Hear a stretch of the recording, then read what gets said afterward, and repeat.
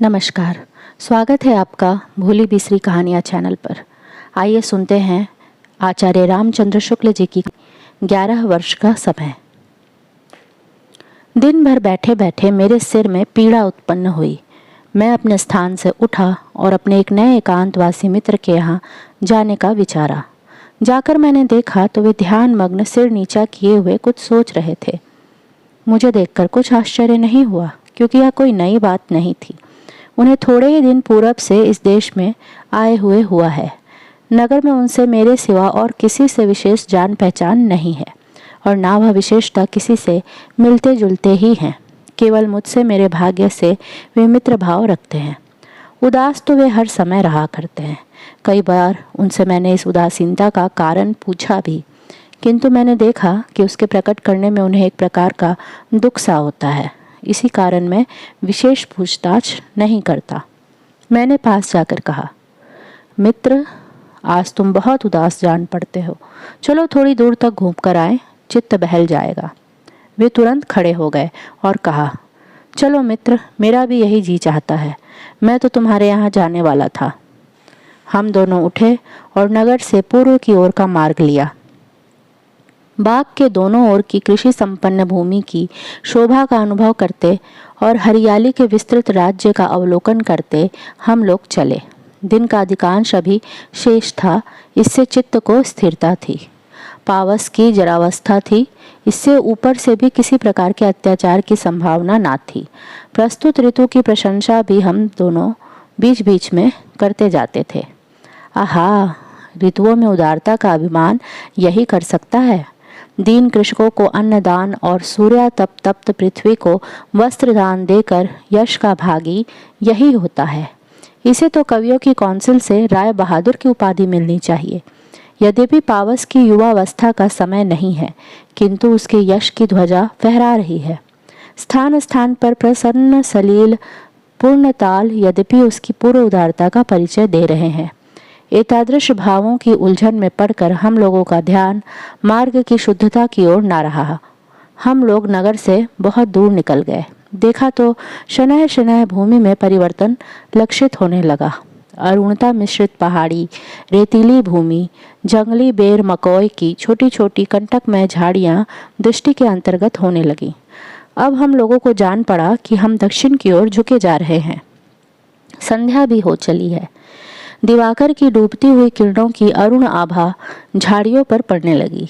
इधर प्राची की ओर दृष्टि गई। देखा तो चंद्रदेव पहले ही से सिंहासनारूढ़ होकर एक पहाड़ी के पीछे से झांक रहे थे।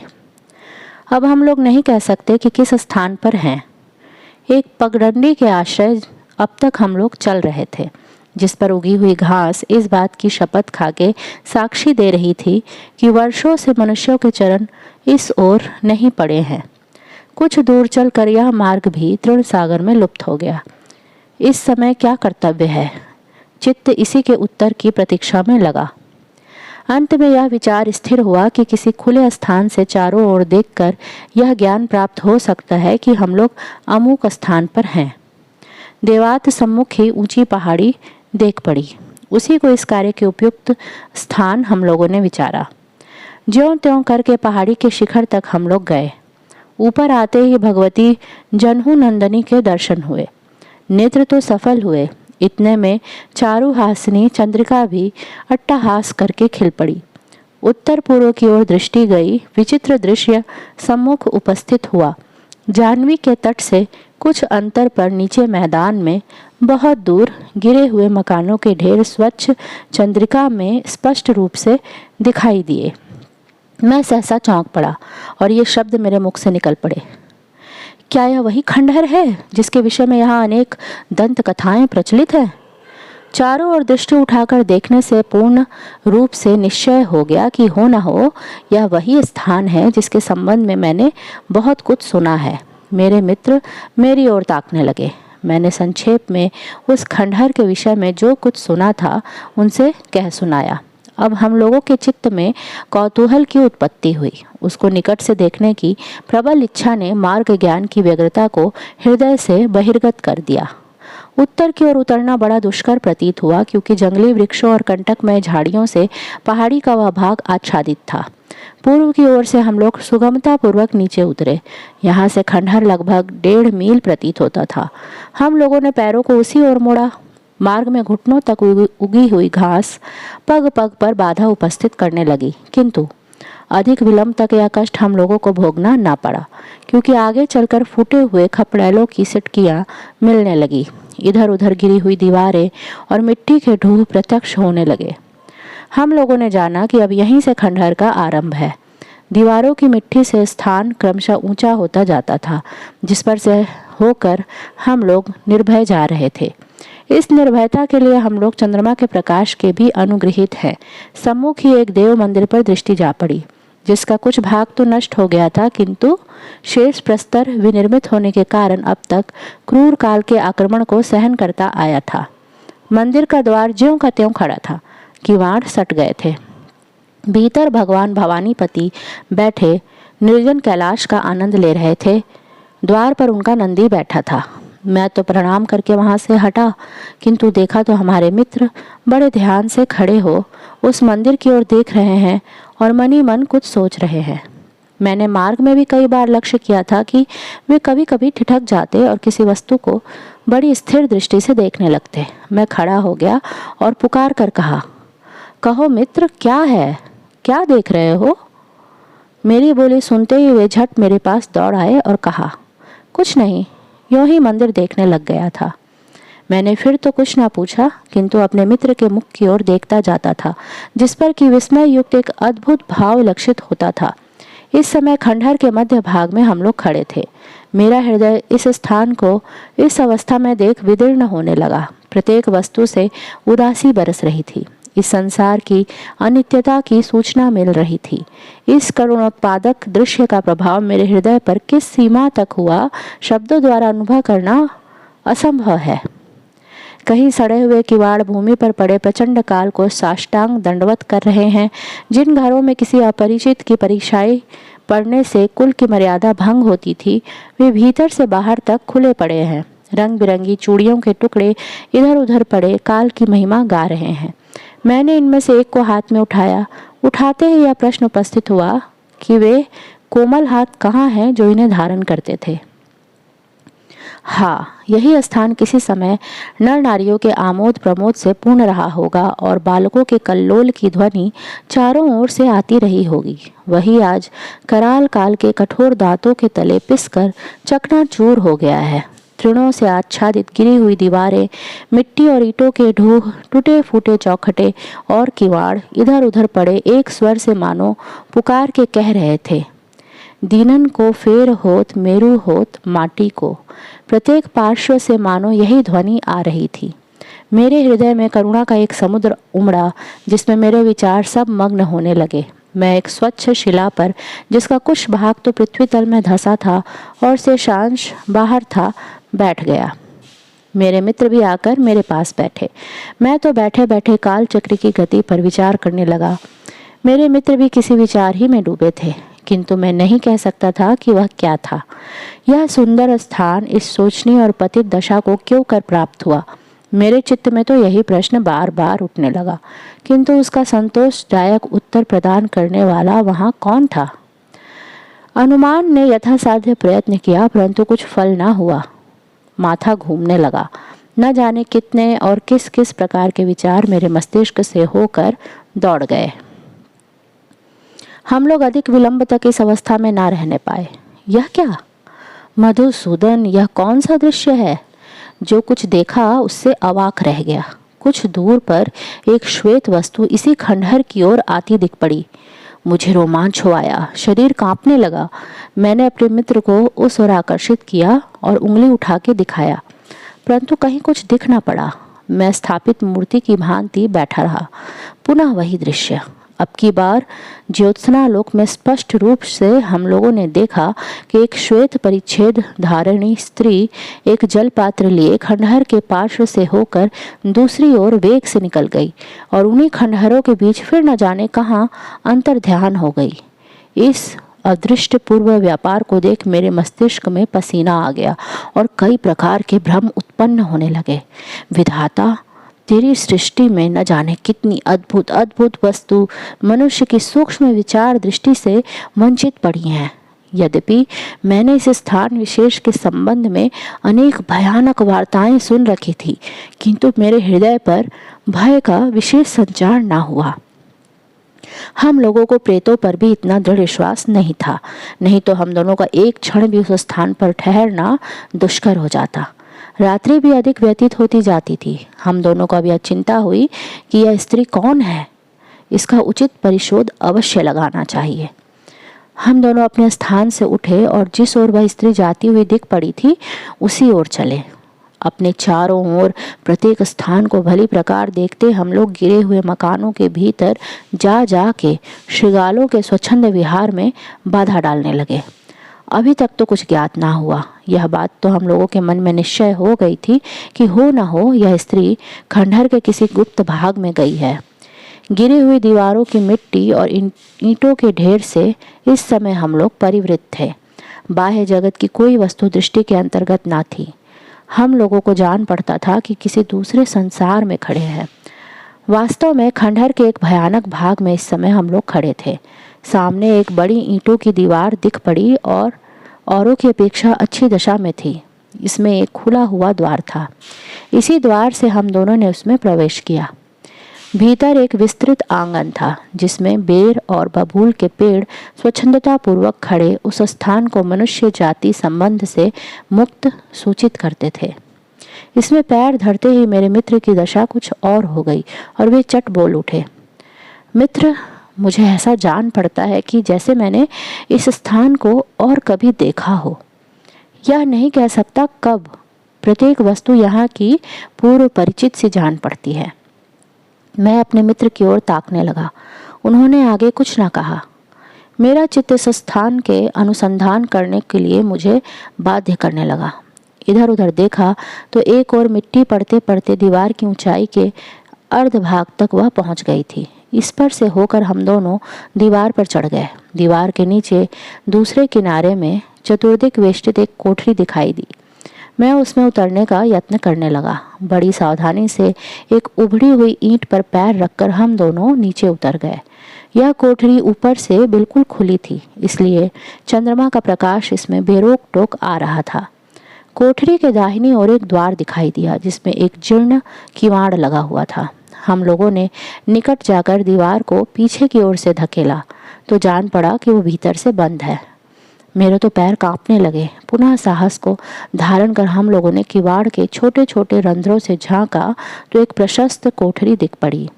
एक कोने में मंद मंद एक प्रदीप जल रहा था जिसका प्रकाश द्वार तक न पहुंचता था। यद्यपि प्रदीप उसमें न होता तो अंधकार के अतिरिक्त हम लोग और कुछ ना देख पाते। हम लोग कुछ काल तक स्थिर दृष्टि से उसी ओर देखते रहे। इतने में एक स्त्री की आकृति दिख पड़ी जो हाथ में कई छोटे पात्र लिए उस कोठरी के प्रकाशित भाग में आई। अब तो किसी प्रकार का संदेह न रहा। एक बार इच्छा हुई कि किवाड़ खटखटाए, किंतु कई बातों का विचार करके हम लोग ठहर गए। जिस प्रकार से हम लोग कोठरी में आए थे, धीरे धीरे उसी प्रकार निःशब्द दीवार से होकर फिर आंगन में आए। मेरे मित्र ने कहा, इसका शोध अवश्य लगाओ कि यह स्त्री कौन है। अंत में हम दोनों आड़ में इस आशा से कि कदाचित वह फिर बाहर निकले बैठे रहे। पौन घंटे के लगभग हम लोग इसी प्रकार बैठे रहे। इतने में वही श्वेत वसन धारिणी स्त्री आंगन में सहसा आकर खड़ी हो गई। हम लोगों को यह देखने का समय न मिला कि वह किस ओर से आई। उसका अपूर्व सौंदर्य देखकर हम लोग स्तंभित व चकित रह गए। चंद्रिका में उसके सर्वांग की सुंदरता स्पष्ट जान पड़ती थी। गौर वर्ण, शरीर किंचित क्षीण और आभूषणों से सर्वथा रहित। मुख उसका यद्यपि उस पर उदासीनता और शोक का स्थायी निवास लक्षित होता था, एक अलौकिक प्रशांत कांति से देदीप्यमान हो रहा था। सौम्यता उसके अंग अंग से प्रदर्शित होती थी। वह साक्षात देवी जान पड़ती थी। कुछ काल तक किम कर्तव्य विमूढ़ होकर स्तब्ध लोचनों से उसी ओर हम लोग देखते रहे। अंत में हमने अपने को संभाला और इसी अवसर पर अपने कार्योपयुक्त को विचारा। हम लोग अपने स्थान पर से उठे और तुरंत उस देवी रूपणी के सम्मुख हुए। वह देखते ही वेग से पीछे हटी। मेरे मित्र ने गिड़गिड़ा के कहा, देवी, ढिठाई क्षमा करो, मेरे भ्रमों का निवारण करो। वह स्त्री क्षण भर तक चुप रही, फिर स्निग्ध और गंभीर स्वर से बोली, तुम कौन हो और क्यों मुझे व्यर्थ कष्ट देते हो? इसका उत्तर ही क्या था। मेरे मित्र ने फिर विनीत भाव से कहा, देवी, मुझे बड़ा कौतूहल है, दया करके यहाँ का सब रहस्य कहो। इस पर उसने उदास स्वर से कहा, तुम हमारा परिचय लेके क्या करोगे? इतना जान लो कि मेरे समान अभागिनी इस समय इस पृथ्वी मंडल में कोई नहीं है। मेरे मित्र से ना रहा गया। हाथ जोड़कर उन्होंने फिर निवेदन किया, देवी, अपने वृतांत से मुझे परिचित करो। इसी हेतु हम लोगों ने इतना साहस किया है। मैं भी तुम्हारे ही समान दुखिया हूँ, मेरा इस संसार में कोई नहीं है। मैं अपने मित्र का यह भाव देखकर चकित रह गया। स्त्री ने करुण स्वर से कहा, तुम मेरे नेत्रों के सम्मुख भूला भुलाया मेरा दुख फिर उपस्थित करने का आग्रह कर रहे हो। अच्छा, बैठो। मेरे मित्र निकट के एक पत्थर पर बैठ गए। मैं भी उन्हीं के पास जा बैठा। कुछ काल तक सब लोग चुप रहे। अंत में वह स्त्री बोली, इसके पहले कि मैं अपने वृतांत से तुम्हें परिचित करूं, तुम्हें शपथ पूर्वक यह प्रतिज्ञा करनी होगी कि तुम्हारे सिवाय यह रहस्य संसार में और किसी के कानों तक ना पहुंचे, नहीं तो इस स्थान पर रहना दुष्कर हो जाएगा और आत्महत्या ही मेरे लिए एकमात्र उपाय शेष रह जाएगा। हम लोगों के नेत्र गीले हो गए। मेरे मित्र ने कहा, देवी, मुझसे किसी प्रकार का भय न करो, ईश्वर मेरा साक्षी है।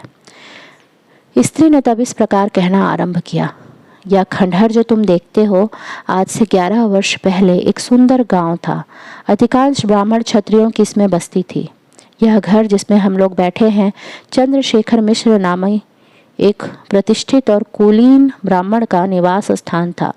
घर में उनकी स्त्री और एक पुत्र था। इस पुत्र के सिवा उन्हें और कोई संतान न थी। आज 11 वर्ष हुए कि मेरा विवाह इसी चंद्रशेखर मिश्र के पुत्र के साथ हुआ था। इतना सुनते ही मेरे मित्र सहसा चौंक पड़े। हे परमेश्वर, यह सब स्वप्न है या प्रत्यक्ष? ये शब्द उनके मुख से निकले ही थे कि उनकी दशा विचित्र हो गई। उन्होंने अपने को बहुत संभाला और फिर संभल कर बैठे। वह स्त्री उनका यह भाव देखकर विस्मित हुई और उसने पूछा, क्यों, क्या हुआ? मेरे मित्र ने विनीत भाव से उत्तर दिया, कुछ नहीं, यूं ही मुझे एक बात का स्मरण आया, कृपा करके आगे कहो। स्त्री ने फिर कहना आरंभ किया, मेरे पिता का घर काशी में मोहल्ले में था। विवाह के 1 वर्ष पश्चात ही इस ग्राम में एक भयानक दुर्घटना उपस्थित हुई। यहीं से मेरे दुर्दमनीय दुख का जन्म हुआ। संध्या को सब ग्रामीण अपने अपने कार्य से निश्चिंत होकर अपने अपने घरों को लौटे। बालकों का कोलाहल बंद हुआ। निद्रा देवी ने ग्रामीणों के चिंता शून्य हृदयों में अपना डेरा जमाया। आधी रात से अधिक बीत चुकी थी। कुत्ते भी थोड़ी देर तक भूख कर अंत में चुप हो रहे थे। प्रकृति निस्तब्ध हुई। सहसा ग्राम में कोलाहल मचा और धमाके के कई शब्द हुए। लोग आंखें मीचते उठे।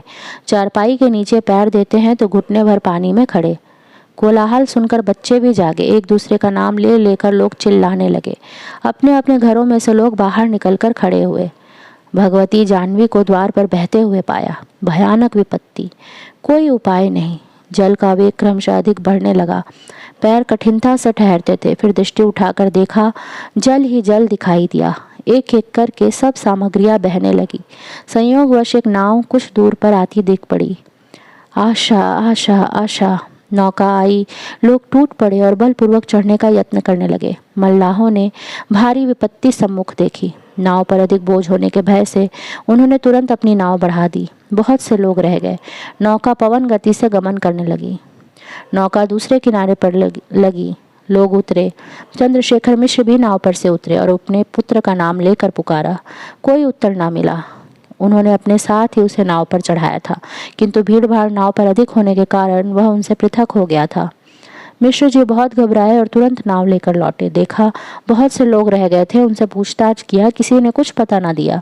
निराशा भयंकर रूप धारण करके उनके सामने उपस्थित हुई। संध्या का समय था। मेरे पिताजी दरवाजे पर बैठे थे। सहसा मिश्र जी घबराए हुए आते दिख पड़े। उन्होंने आकर आद्योपरांत पूर्वोल्लिखित घटना कह सुनाई और तुरंत उन्मत्त की भांति वहां से चल दिए। लोग पुकारते ही रह गए। वे एक क्षण भी वहां न ठहरे। तब से मेरे को वह कभी भी दिखाई नहीं दिए। ईश्वर जाने वह कहाँ गए। मेरे पिता भी दत्तचित्त होकर अनुसंधान करने लगे। उन्होंने सुना कि ग्राम के बहुत से लोग नाव पर चढ़ चढ़कर इधर उधर भाग गए हैं, इसलिए उन्हें आशा थी। इसी प्रकार ढूंढते ढूंढते कई मास व्यतीत हो गए। अब तक वे समाचार की प्रतीक्षा में थे और उन्हें आशा थी, किंतु अब उन्हें चिंता हुई। चंद्रशेखर मिश्र का तब भी कहीं से कुछ समाचार मिला। जहाँ जहाँ मिश्र जी का संबंध था, मेरे पिता स्वयं गए, किंतु चारों ओर से निराश होकर लौटे। किसी का कुछ अनुसंधान न लगा। 1 वर्ष बीता, 2 वर्ष बीते, तीसरा वर्ष आरंभ हुआ। पिता बहुत इधर उधर दौड़े, अंत में ईश्वर और भाग्य के ऊपर छोड़कर बैठ रहे। तीसरा वर्ष भी व्यतीत हो गया। मेरी अवस्था उस समय 14 वर्ष की हो चुकी थी। अब तक तो मैं निर्बोध बालिका थी। अब क्रमशः मुझे अपनी वास्तविक दशा का ज्ञान होने लगा। मेरा समय भी अहर्निश इसी चिंता में व्यतीत होने लगा। शरीर दिन पर दिन क्षीण होने लगा। मेरे देवतुल्य पिता ने यह बात जानी। वे सदा मेरे दुख भुलाने का यत्न करते रहते थे। अपने पास बैठाकर रामायण आदि की कथा सुनाया करते थे। पिता अब वृद्ध होने लगे। दिवा रात्रि की चिंता ने उन्हें और भी वृद्ध बना दिया। घर के समस्त कार्य संपादन का भार मेरे बड़े भाई के ऊपर पड़ा। उनकी स्त्री का स्वभाव बड़ा क्रूर था। कुछ दिन तक तो वह किसी प्रकार चला, अंत में वह मुझसे डाह करने लगी और कष्ट देना प्रारंभ किया। मैं चुपचाप सब सहन करती थी। धीरे धीरे आश्वास वाक्य के स्थान पर वह तीक्ष्ण वचनों से मेरा चित्त अधिक दुखाने लगी। यदि कभी मैं अपने भाई से निवेदन करती तो वे भी कुछ ना बोलते, आनाकानी कर जाते और अपने पिता की वृद्धावस्था के कारण कुछ नहीं चल सकती थी।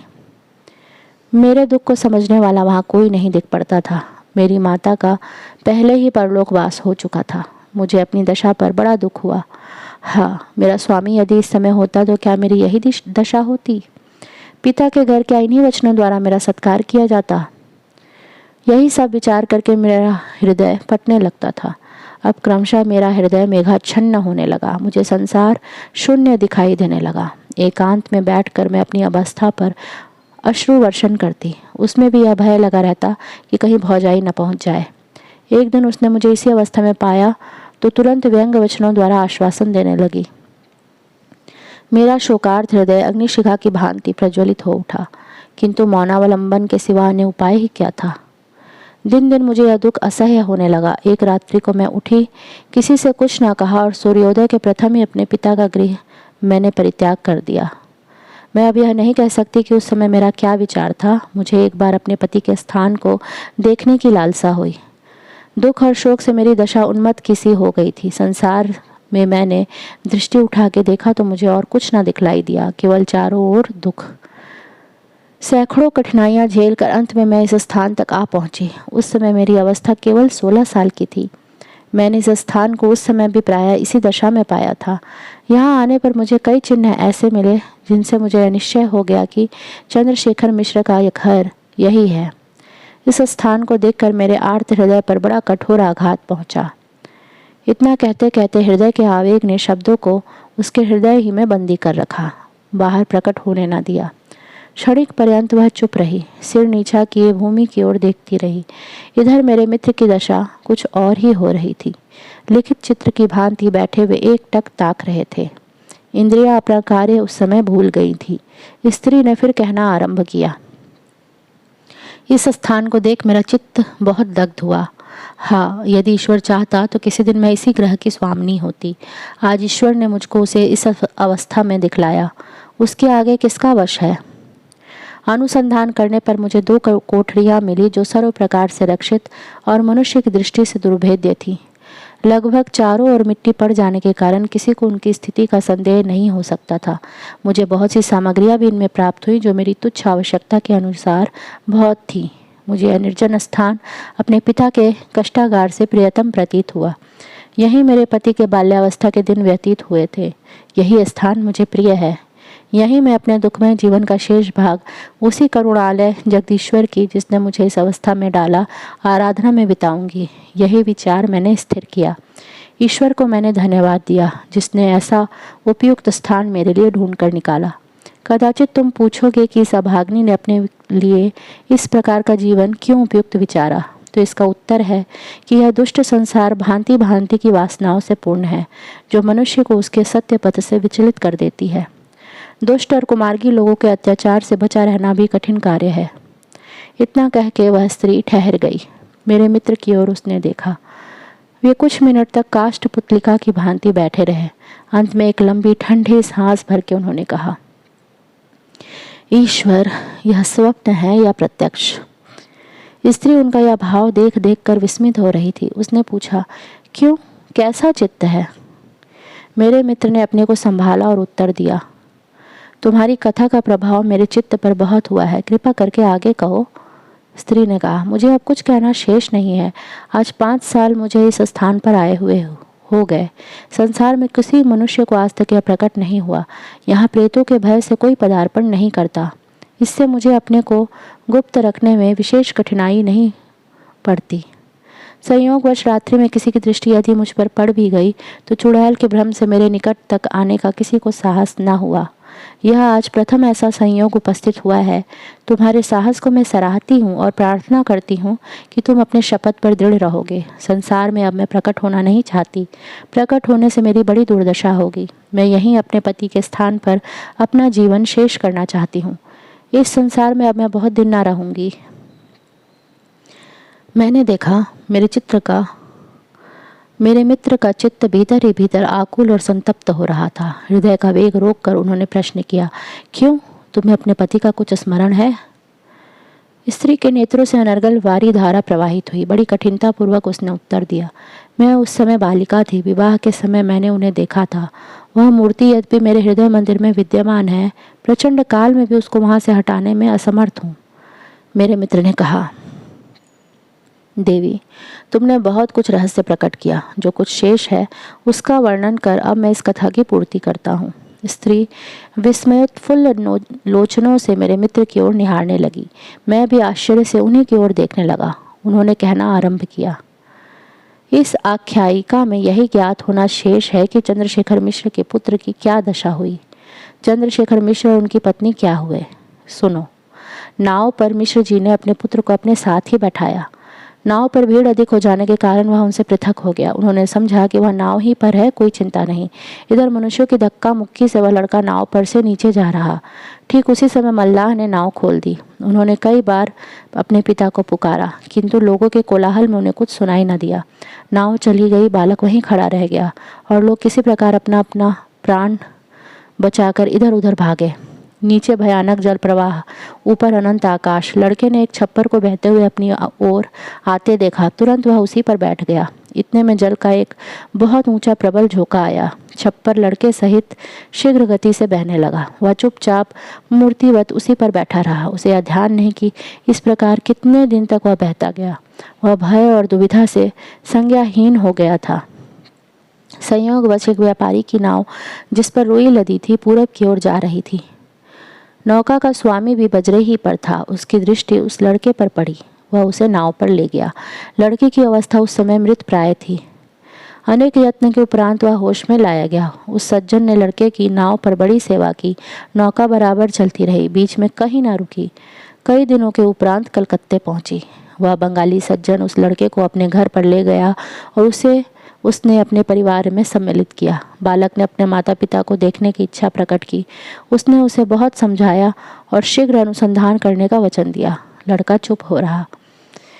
इसी प्रकार कई महीने व्यतीत हो गए। क्रमशः वह अपने पास के लोगों में हिल मिल गया। बंगाली महाशय के एक पुत्र था। दोनों में भातृ स्नेह स्थापित हो गया।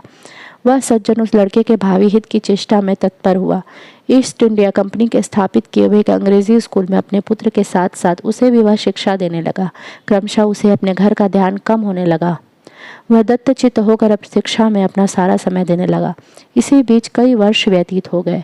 उसके चित्त में अब अन्य प्रकार के विचारों ने निवास किया। अब पूर्व परिचित लोगों के ध्यान के लिए उसके मन में कम स्थान शेष रहा। मनुष्य का स्वभाव ही इस प्रकार का है।